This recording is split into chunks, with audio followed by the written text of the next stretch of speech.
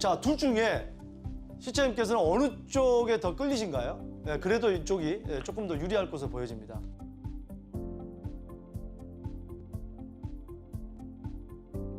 장대장TV 시청자 여러분 안녕하십니까? 장대장입니다. 자, 6월 17일 날 정부에서 6.17 부동산 대책을 발표하면서 이번에 풍선효과는 당일날부터 나왔습니다. 뭐 김포에 가서 바로 대기하고 있다가 2천만 원, 3천만 원, 5천만 원. 뭐 뉴스에 나온 대로 하자면은 4억짜리 아파트가 7억의 호가가 나왔다. 뭐 이런 풍선 효과도 나오고 있고, 또 많은 분들이 실수요자인데도 너무 피해가 크다 뭐 이런 얘기가 나오고 있는데, 그래서 정부에서 보완책을 내놓겠다. 사실상 22번째 대책이 될 것 같은데, 글쎄요, 뭐 그 보완책이 어떤 식으로 나올지 모르겠지만 이런 내용들이 있습니다. 22번째는 세금으로 막겠다. 세금을 부과를 많이 하겠다. 또 이런 내용인데 어떤 내용인지 한번 살펴보도록 하겠습니다. 자, 22번째 부동산 대책 갭투자 세금으로 막는다. 자, 이번에는 6.27 대책이 터지자마자 또 김포라든지 뭐 파주에 갭투자가 나왔기 때문에 이제는 실수요자 타겟팅이 아니고 다주택자 타겟팅을 위한 세금으로 막겠다 이런 얘기입니다. 정부가 사실상 22번째 부동산 대책으로 소득세, 양도세, 보유세 등 부동산 세제 개편을 추진한다. 집과 과열 주범으로 꼽힌 갭투자, 전세보증금을 끼고 주택 매매하는 거죠. 막기 위해 2주택자 전세보증금 과세에 과세하는 방안이 검토되고 있다. 자, 간주임대료라고 해서 전세를 끼고 산 3주택부터가 3주택, 2주택까지는 전세 끼고 2주택까지는 소득세를 부과하지 않습니다. 자, 올해부터 그 신고를 했죠. 그 연간 2천만 원 이하도 소득 신고를 하게 돼서 이제 6월 1일까지 신고를 했는데, 간주 임대료가 뭡니까? 전세가 달달이 나한테 얼마 받지 않는데 월세로 환산해 가지고 그거를 임대료로 간주해서, 네, 반주가 아닙니다. 술 좋아하시는 분들 또 반주 얘기하고 계시는데, 간주 임대료. 예.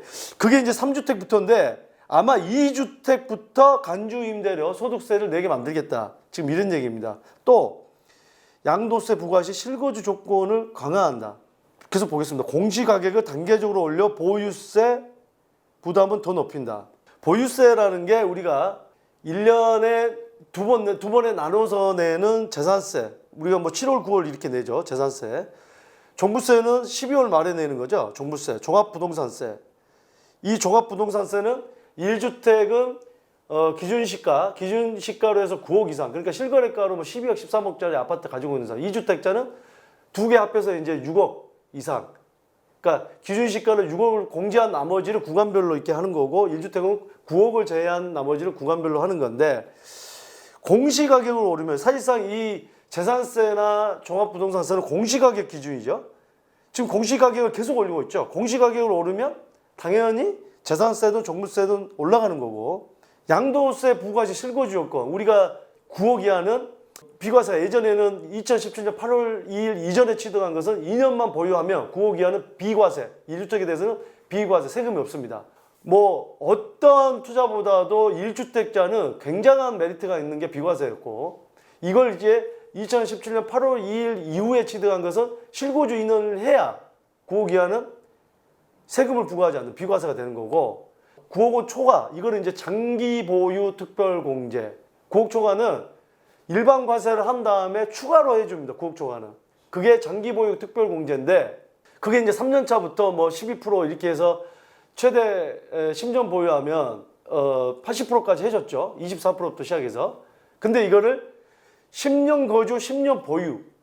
이게 지금 다시 발의를 해서 20대 국회 때 통과를 못했기 때문에 발의부터 다시 해서 통과를 시킨다. 이번에 밀어붙일 것 같습니다. 그러면 내년부터는 실거주 조건, 그러니까 9억 초과는 사실상 서울 아파트가 9억 초과한다 그러면 거의 살아야 되는 거죠. 실거주에서 이거를 투자만 해서 수익을 많이 남기지 않게 하겠다. 이게 이제 정부의 정책이거든요. 그래서 대신에 서민 실수요자 피해를 막기 위해 공시가격 9억 원 미만의 중저가 주택 보유자의 재산세 부담을 낮추는 방안도 논의 테이블에 올랐다. 9억 미만의 중저가 주택 보유자는 재산세를 낮추는 방안. 예, 이거는 이제 한번 봐야 될 것 같고요.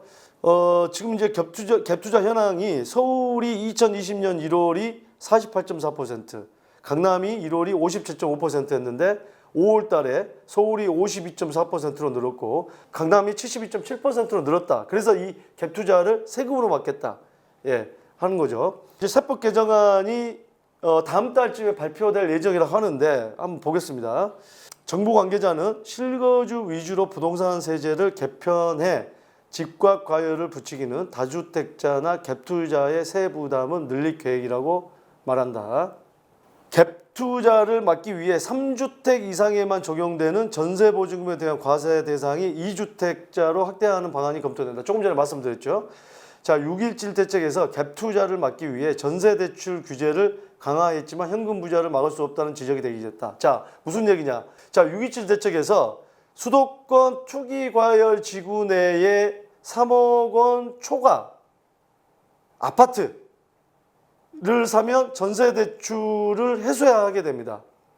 예? 전세 대출을 해소하게 돼요. 자, 이 방안은 현금이 많은 현금 부자들을 막을 수가 없다. 그래서 3주택부터 있는 간주 임대료를 2주택부터 부과해야 현금 부자를 막을 수 있다. 이런 얘기입니다. 전세보증금 과세 대상을 확대하면 현금 부자도 피할 수 없게 된다.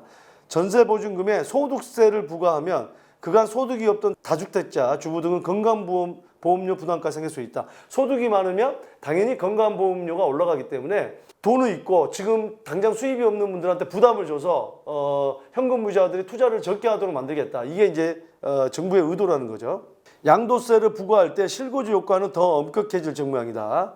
현재 조정 대상 지역은 시가 9억 원 이하 1주택자가 2년간 보유하면 양도세 비과세 혜택이 주어지고 거주기간 상관없이 보유기간 최대 10년 후 최대 80%의 장기보유 특별공제 혜택이 적용되는데 다주택자는 15년 보유하면 최대 30% 공제가 하다. 그러니까 뭐 2주택 이상은 15년 보유하면 장기보유 특별공제로 30% 해주죠. 예. 근데 제가 조금 전에 말씀드렸지만 어쨌든 간에 실거주 요건을 강화시켜서 그렇게 하겠다는 거죠. 정부가 12.16 대책에서 거주기간 요건을 일부 넣긴 했지만 프랑스 등 해외처럼 비과세 적용을 받기 위한 기간과 조건을 더 강화하는 방안도 검토 중이다. 아, 갑자기 또 이게 프랑스 요즘에 코로나 때문에 지금 비행기도 못 타는데 자꾸 또 프랑스 얘기를 꺼내서 자꾸 또 해외 가게 만들고 이거 참 또 부동산 기사에 또 해외 가게 만드는 또 이런. 자, 보유 주택자별 갭 투자 비율 현황. 무주택자가 43%를 갭 투자를 하고 있고 1주택자가 42.5%, 다주택자가 64.2%. 그래서 다주택자가 갭 투자를 많이 하기 때문에 소득세를 간주임대를 많이 부과시키겠다 이런 얘기입니다. 공시가격 인상에 따라 보유세는 내년에도 대폭 늘어난다. 내년에 대폭 늘어나게 됩니다. 한번 봐야죠. 정부는 오늘 10월 공시가격 로드맵을 발표하는데 공시가격은 장기적으로 실거래 가격의 90% 수준. 이제 모든 세금을 부과하는 기준이 공시가격인데 실거래 가격으로 올라오면은 좀 부담 많이 될 것으로 보입니다. 다만 종부세율은 12.16 대책이 마련한 기본틀을 유지할 방침입니다. 이 종부세는 아까 얘기했지만 조정 대상 지역 내 2주택 이상은 비율을 올리고 또 3주택은 더 올리고 뭐 이런 내용이 그 예전에 방송에서 많이 했던 내용인데 이 내용이 예정대로 갈 것이다 이 얘기입니다. 공시가격 인상으로 9억 미만 주택을 보유한 서민 실수요자의 재산세도 크게 높아지는 만큼 재산세 공정시장 가액 비율 조정 등을 통해 급격한 세액 부담 증가를 막는 방안이 검토된다. 이거는 공정시장 가액 비율이라는 거는 쉽게 얘기해서 할인율입니다. 할인율. 이 60%, 65, 75 계속 올린다고 했거든요. 공시가격도 올리지만 이거를 조정하겠다는 거는 또 더 이상 안 올릴지 이건 한번 지켜봐야 될 것 같습니다. 앞서 6.27 대책에서 부동산 법인에 대한 종부세, 양도세 부담을 대폭 늘리기로 한 바 있다. 다주택자가 세금 회피를 목적으로 부동산 신탁을 하려고 하는 경우도 늘고 있어 정부는 실소유자에게 세금을 부과하는 내용의 지방세법 개정안도 준비 중이다. 지금 많은 어떤 그 부동산을 보유하시는 분이 신탁사에 위탁을 지금 맡게 됩니다. 그러면은 그게 개인 명의가 아니죠. 이거 차로 치면은 금융리스, 리스랑 똑같습니다. 예, 그 리스사, 금융사 소유이거든요. 그럼 어느 정도 차량도 어떤 소득에 대한 공제도 받고 그러는데 이것도 신탁사에 맡겨놓으면 신탁사가 관리를 해줍니다. 신탁사는 개인들한테 수수료를 받죠. 대신에 개인들은 이 다주택자에 부과되는 여러 가지 종합부동산세라든지 뭐 양도세 이런 걸 피할 수 있기 때문에 신탁사에 많이 맡기는데 이제는 이 지금 부동산 법인에 대한 규제를 최근에 했었죠. 이런 것처럼 신탁사에 맡기는 것도 규제를 하겠다 이런 얘기입니다. 이제는 점점 합법적인 테두리 안에서 여러 가지 법인이라든지 신탁사에 맡겨서 절세할 수 있는 합법적인 절세를 할 수 있는 이런 어떤 여러 가지 루트를 막아버리겠다. 결국에는 최근에 법인들이 지방에 대전이라든지 뭐 오산이라든지 뭐 이런 안산이라든지 갭 1억 미만의 아파트를 법인을 만들어서 대거 투자를 해서 뭐 5천 1억씩 한 번에 순식간에 한두 달 만에 올라갔다 이런 것을 이번에 법인 규제를 해서 막아버렸고 또 신탁사도 막아서 어떻게 됐든지 간에 다주택자의 부담을 줘서 다주택자가 매물을 내놓게 만들겠다는 게 지금 정부의 의지입니다. 자, 오늘 22번째 대책은 이렇게 세금에 대한 부분, 소득세라든지 양도세라든지 종부세라든지 이 세 가지로 아마 정부에서 지금 여러 가지 틀을 짜고 있는 것 같습니다. 자, 여러분들 다주택자, 1주택자, 무주택자 우리 장대장 TV는 모든 분들이 시청을 하고 계십니다. 여러분들에게 맞는 맞춤형 전략을 세우시고 혼자 고민하시 힘드신 분들은 댓글이나 이메일 또 문자로 주시면 우리 장대장 TV에서 늘 여러분들을 위해서 24시간 풀 가동하도록 하겠습니다. 감사합니다.